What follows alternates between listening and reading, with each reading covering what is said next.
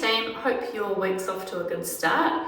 I'm just hanging out in my shop with my new flower wall. And yeah, I just thought I'd make a video today about growing food in amongst your flowers.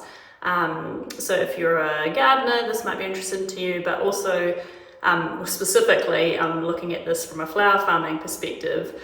I have seen a few people in the flower farming community look to grow their own food, which is a new venture for them. So they're starting to grow food, they're already experienced flower farmers, and they're just looking to incorporate this, which I think is really cool. So any food I think that you grow yourself, you're onto a win there. I have always grown food in amongst my flowers because veggies were my gateway drug to get into flowers. So I started out vegetable growing and then kind of worked my way into flowers. So I thought I'd just discuss a few ways that you can work it into your flower farming crop plan. So I'll go and show you what that looks like, and yeah, just starting the conversation. So if you've got any other tips as well, so if you do this on your farm, please just drop them in the comments so we can all learn from each other. Welcome to New Zealand summer 2026. It's raining again, which actually I'm not too upset about, but anyway. So the first thing we're going to look at is my tomatoes. Now this is also just to say the vegetables come second priority to the flowers on the farm, which makes sense because flower farming is my business and veggie growing is my hobby.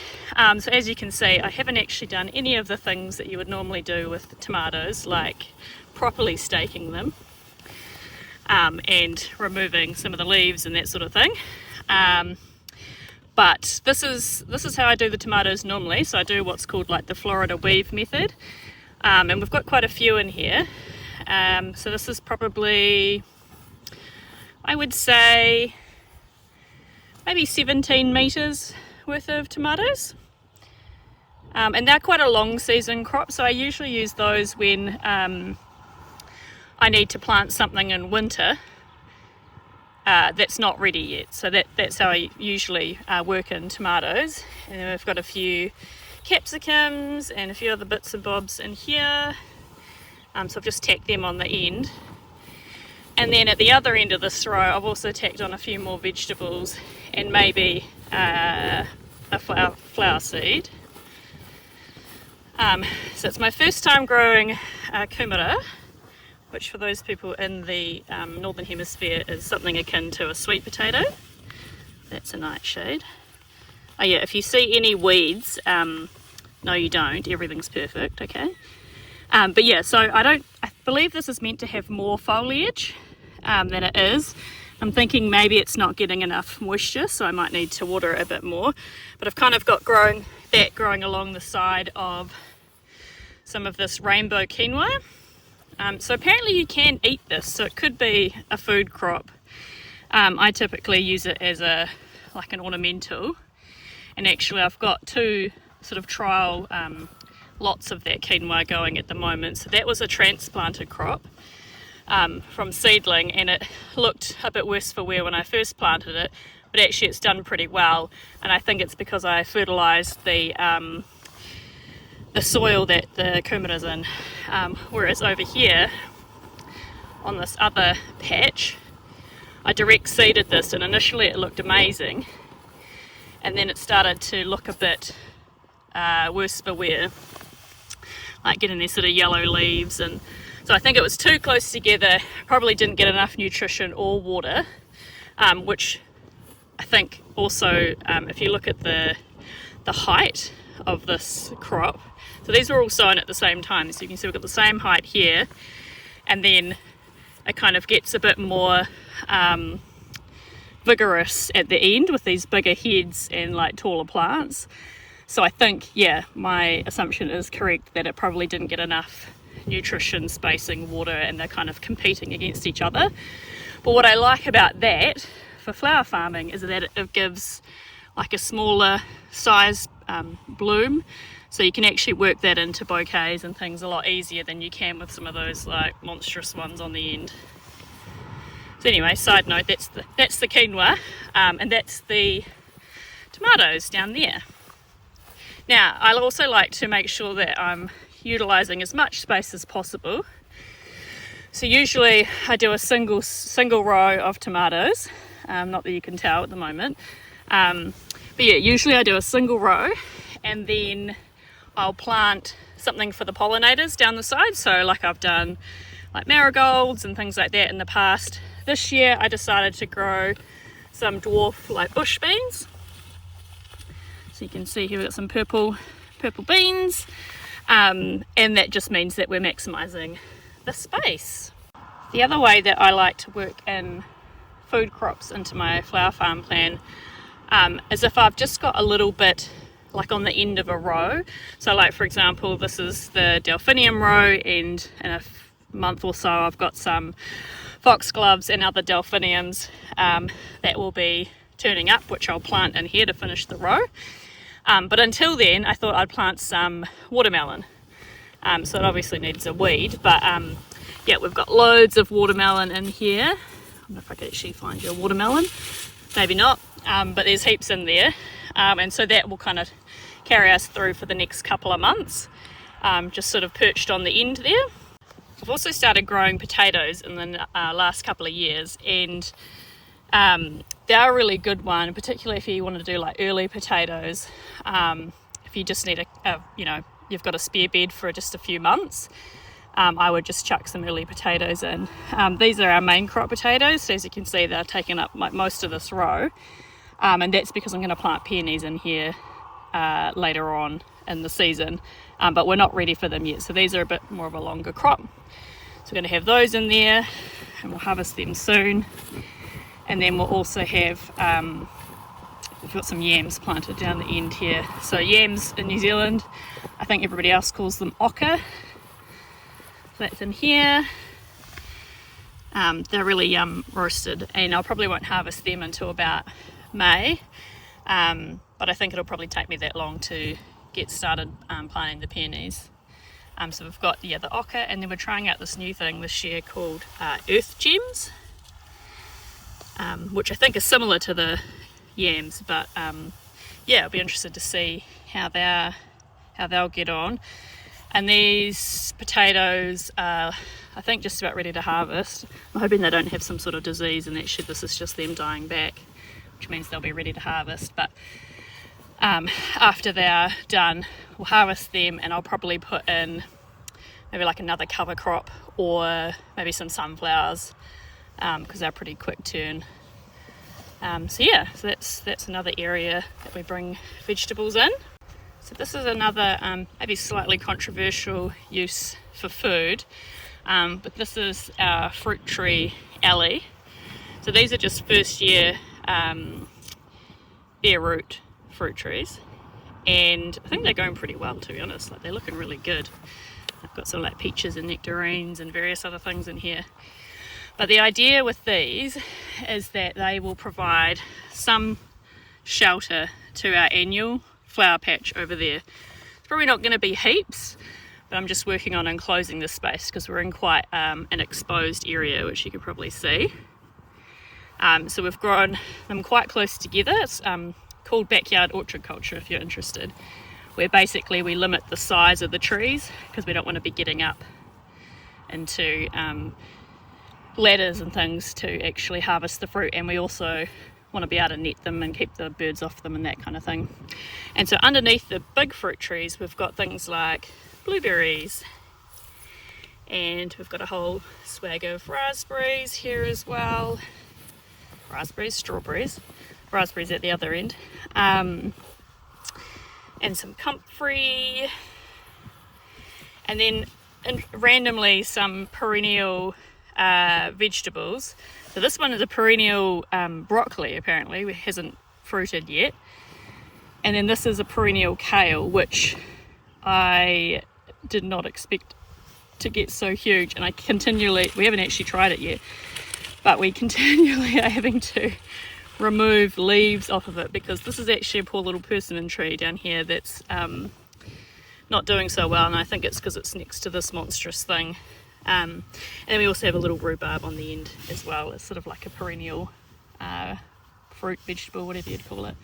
So yeah, that's another way we use it, as actually shelter and windbreak to our flowers. And similarly to the other fruit tree row that we just looked at, is I planted some more fruit trees. They're still, I mean, we planted them literally this summer, so they're still quite tiny.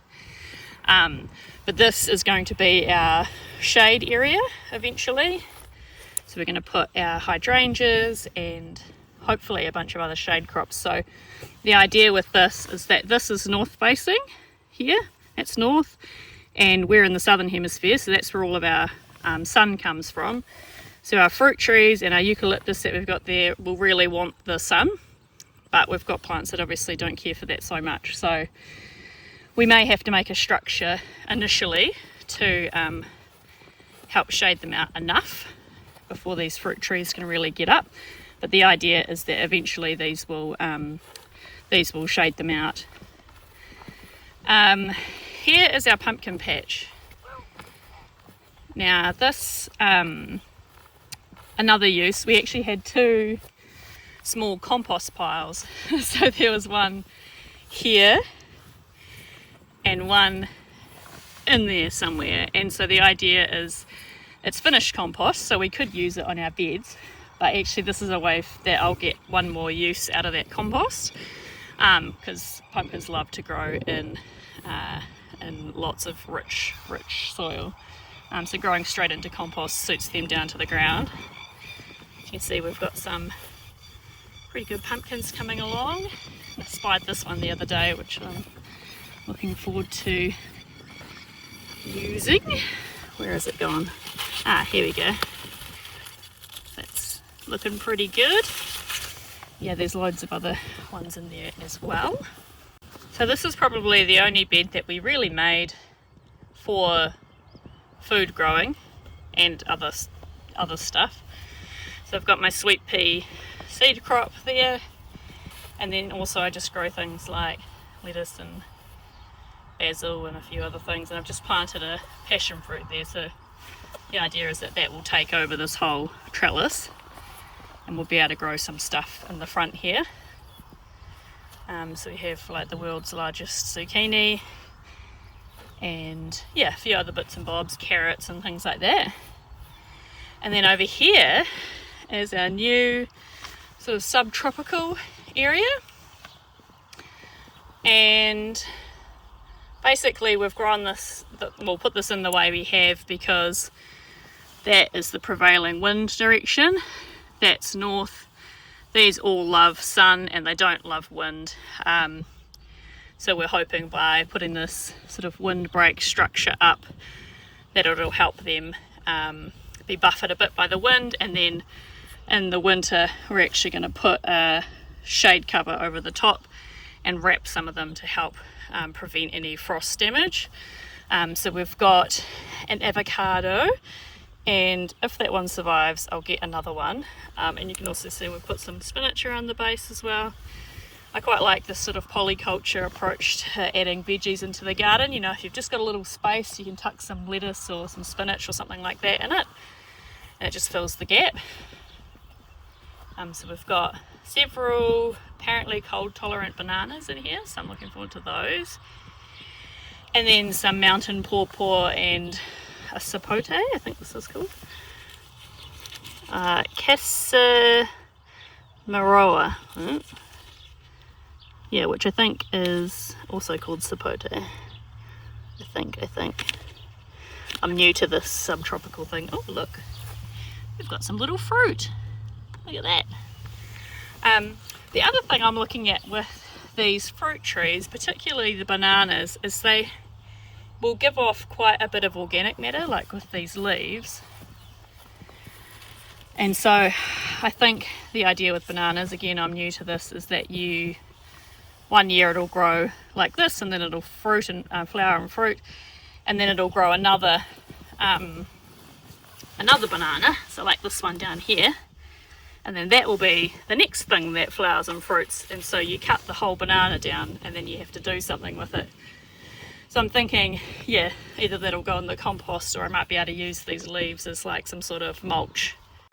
Okay, I'm back after a quick coon around the farm just to try and do that before it started raining.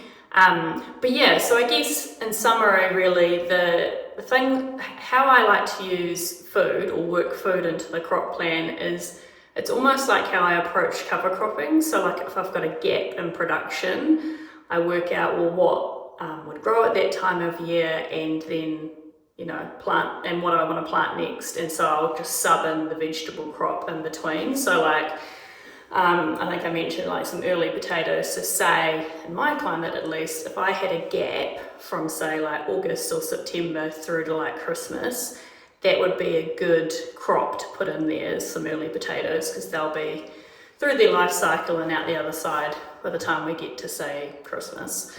So that would be one example. Or like during winter here, we can actually grow things like brassicas, so like cabbages, broccoli, kale, all that good stuff, and some lettuces and spinach and various things. So if we've got a gap over winter, or maybe I want to grow like a really early spring planting crop, I would then grow maybe like some leaves and spinach, or like some smaller cabbages that'll heat up a lot more quickly. So yeah, it just depends on the time of year and what I've got space for. But that's typically how I use the veggies. I also think about, like, if I'm developing new spaces, often I'll start with a cover crop and then maybe vegetables and then a flower crop, and then, you know, I'll mix it up from there on in. Anyway, I hope you've got some ideas on how you can try and work growing your own food into a flower business system.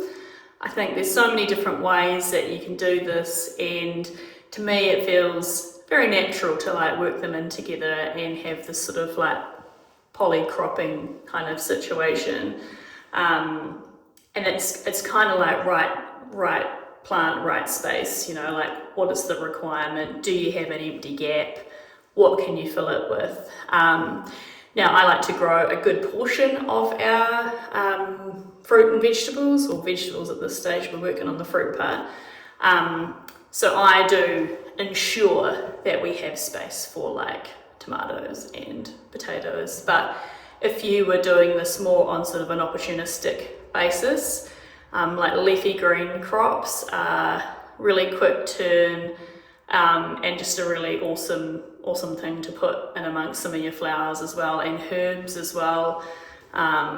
Like recently I had a bunch of old seed, so this is one of my favourite things to do with old seed, is just sort of like chaos sow it out into the ether.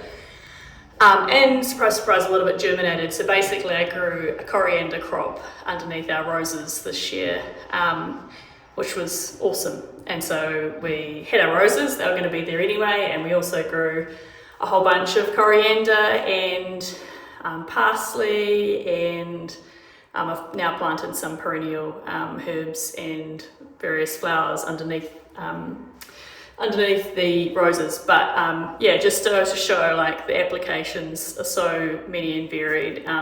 So just have fun with it, and yeah, let me know how you get on if you have any questions.